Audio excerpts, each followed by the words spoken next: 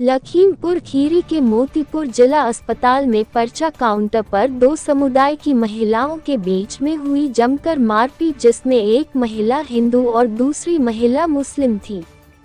मारपीट का कारण बनी लंबी लाइन, जिसके चलते जब महिला पर्चा काउंटर पर पहुंची तो दोनों में हुई धक्का मुक्की और जमकर मारपीट। बीच बराव के बाद मामला हुआ शांत। लखीमपुर खीरी से अनुज कुमार की खास रिपोर्ट। ऐसी और खबरों को देखने के लिए चैनल को लाइक करें, सब्सक्राइब करें, बेल आइकॉन दबाएं।